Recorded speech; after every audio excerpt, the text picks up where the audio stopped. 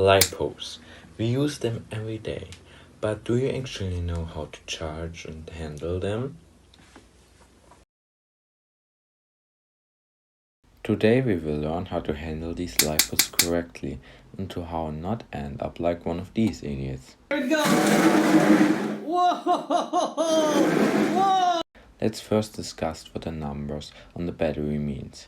Let's start with the most obvious, the voltage.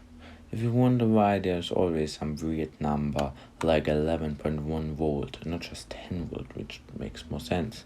The reason is that the 1/2 charged Lipo cell is 3.7 volts. With more cells, these numbers start multiplying, so 3 cells are 11.1 volt. We can see the number of cells here with an S behind the number. The biggest number is mostly the capacity. It's measured in milliampere hours, in this case 2250 milliampere hours. Now to the reader's number, the C rating. Now the C rating shows how much current can be delivered by the Lipo. The thing is, this is not just the max amps the battery can give you. No, that would be too easy. But with some websites you can find it out. Just give them your specs and you have your amps. Now let's go on to charging. Wait, I'm just going to plug this in, and this is of course the wrong way to charge a Lipo.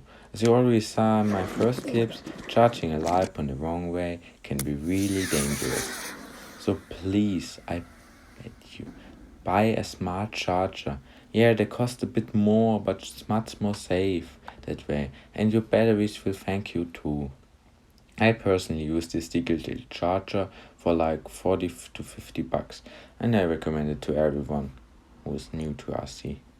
You might already realize that a Lipo has mostly 2 cables.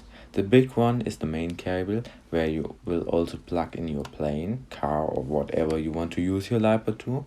The other cable consists of 1 ground wire and 1 positive from each cell, in my case 3. You can charge a battery by just plugging the big cable in, but it's much better to plug all cables in, because if you use the Lipo a lot, there will be differences in the voltage of the cells. This is not good. It could be that one is over 3 volts and one is under 3 volts, and then you don't know if the battery goes. Here it goes! I won't explain how to use the charger. You can watch the video in the corner about here. Just a tip. If you switch a bit, you see storage.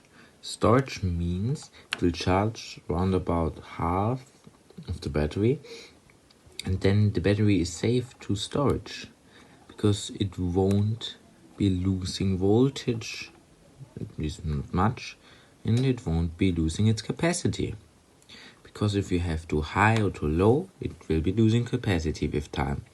So if you're not using it for 2 to 3 days, just put it in storage. It will discharge or charge the battery to around 3.81 volts.